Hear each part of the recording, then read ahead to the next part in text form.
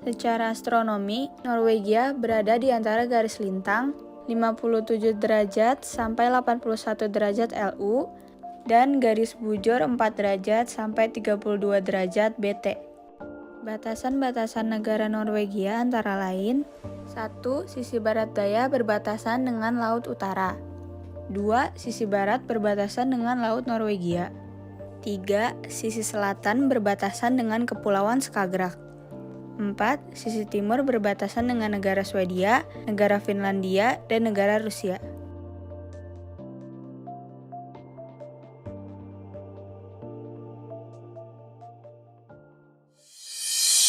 Saya akan menjelaskan karakteristik dari negara Norwegia yang termasuk ke dalam salah satu negara maju di benua Eropa.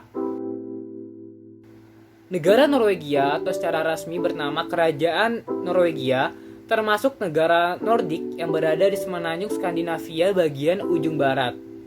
Norwegia adalah negara dengan tingkat kepadatan penduduk terendah kedua di benua Eropa dengan jumlah populasi sebesar 4,9 juta.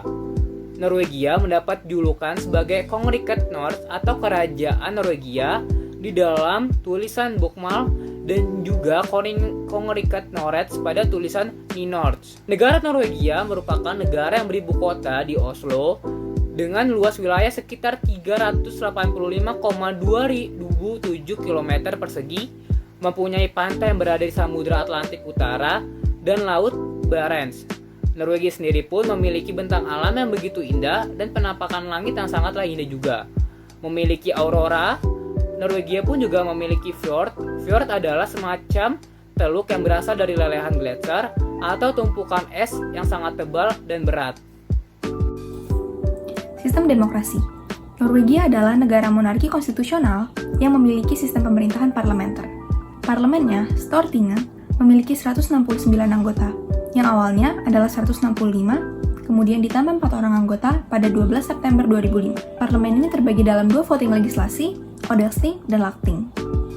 Kecuali dalam beberapa hal, Storting berfungsi sebagai parlemen unikameral atau hanya terdiri dari satu badan, yang artinya tidak dikenal majelis tinggi atau majelis rendah.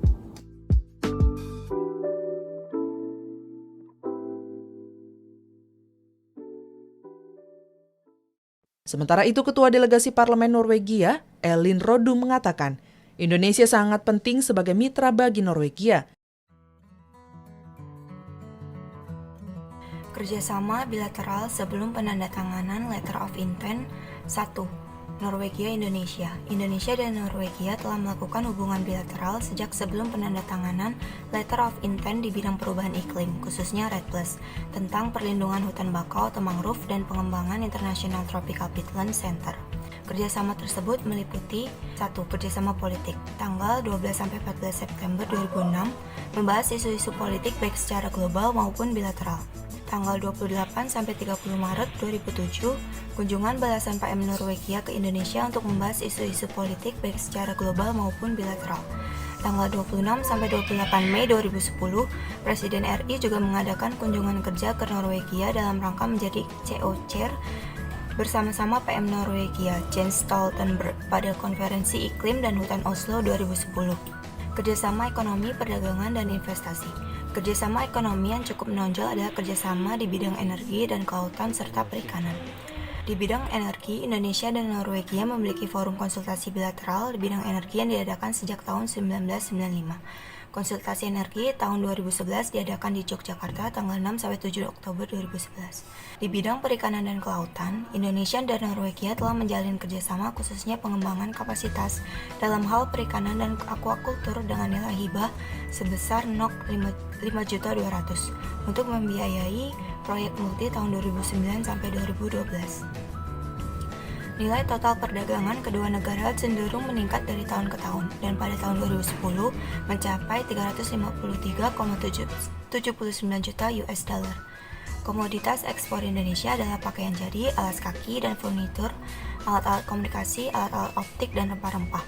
Di bidang investasi, Norwegia telah menanamkan modal di Indonesia dalam bidang perikanan, industri kertas, industri kimia, dan industri logam dasar, konstruksi, perdagangan dan reparasi, pengangkutan gudang, dan komunikasi, serta real estate.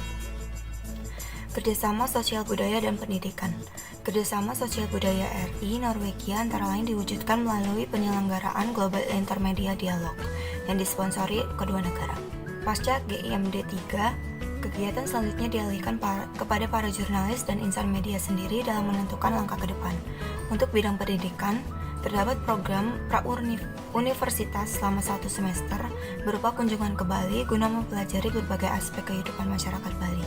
Sesuai catatan KBRI Oslo, jumlah mahasiswa Norwegia yang belajar di Bali selama tahun 2010 sebanyak 1.285 orang, tahun 2009 986 orang, tahun 2008 521 orang, dan tahun 2007 283 orang.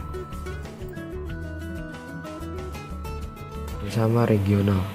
Norwegia disahkan sebagai mitra wacana sektoral ASEAN pada pertemuan ke-48 AMM PMC di Kuala Lumpur bulan Agustus 2015. Norwegia menjadi wicara sektoral ASEAN kedua setelah Pakistan.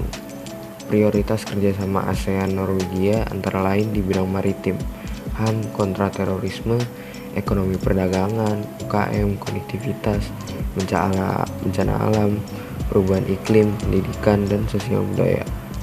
Pendanaan kegiatan dalam kerangka kerjasama ASEAN Norwegia didanai oleh Norwegia ASEAN Regional Initiative Fund. Apa aja sih isu atau konflik yang dialami oleh negara ini, mulai dari politik, sosial, dan lingkungan? Yang pertama, saya akan membahas tentang isu politik terlebih dahulu. Walaupun Norwegia merupakan negara dengan tingkat kesejahteraan paling tinggi, namun ternyata negara tersebut masih mempunyai isu-isu tersendiri. Yang pertama, saya akan membahas tentang isu politik terlebih dahulu. Yang pertama adalah tentang kampanye jelang pemilihan umum pada 13 September 2021 di Norwegia. Kampanye jelang pemilihan umum ini sebagian besar berfokus pada masa depan industri minyak negara yang merupakan produsen minyak bumi terbesar di Eropa Barat saat ini. Norwegia menggantungkan kekayaannya pada emas hitam yang memungkinkannya menjadi negara dengan dana kekayaan negara terbesar di dunia. Dalam beberapa tahun terakhir, negara ini menganut kebijakan ramah lingkungan untuk mengatasi perubahan iklim. Tetapi, Storm mengatakan langkah itu tidak cukup. Dia bertekad untuk mengenalkan kebijakan yang adil dan mempersempit kesenjangan sosial ekonomi. Jadi memang terdapat isu atau konflik tersendiri, yaitu di satu sisi Norwegia pun terus ingin menjadi produsen minyak bumi terbesar di dunia. Namun di satu sisi pun mereka ingin menetapkan environmental sustainability atau menjalankan program untuk menjaga lingkungan. Namun kedua hal tersebut sangat bertentangan karena proses produksi minyak bumi mereka mengakibatkan polusi yang cukup besar yang nanti akan kita bahas di isu lingkungan. Lalu kita sekarang akan lanjut ke isu sosial terlebih dahulu. Untuk isu sosial negara Norwegia, terdapat bukti empiris kuat yang menunjukkan bahwa meski tingkat imigrasi meningkat selama 2 dekade terakhir, banyak orang di negara itu masih skeptis dengan mempekerjakan orang yang tak berlatar belakang Norwegia. Bahkan, generasi kedua imigran yang meraih gelar pendidikan dari negara Nordik dengan susah payah, dia tidak mendapatkan akses ke pasar tenaga kerja. Yang ketiga, kita akan membahas tentang isu lingkungan. Sebelumnya saya sudah jelaskan sedikit tentang isu lingkungan dan isu politik. Dan ada yang memiliki suatu keterkaitan. Untuk isu lingkungan, walaupun Norwegia terlihat sempurna dari luar, namun ia juga memiliki kekurangan dalam menangani lingkungannya. Seperti yang saya sudah sebutkan tadi, Norwegia telah mempromosikan program Environmental Sustainability atau program yang bertujuan untuk menjaga lingkungan selama bertahun-tahun lamanya. Namun di sisi lain, negara ini juga menjadi salah satu produsen minyak fosil terbesar di dunia. Perubahan iklim di Norwegia terlihat jelas dengan tanda-tanda yang cukup mengkhawatirkan. Sebagai contoh, mencairnya gletser di Laut Arktik yang rusak karena produksi bahan bakar fosil dari negara Norwegia itu sendiri.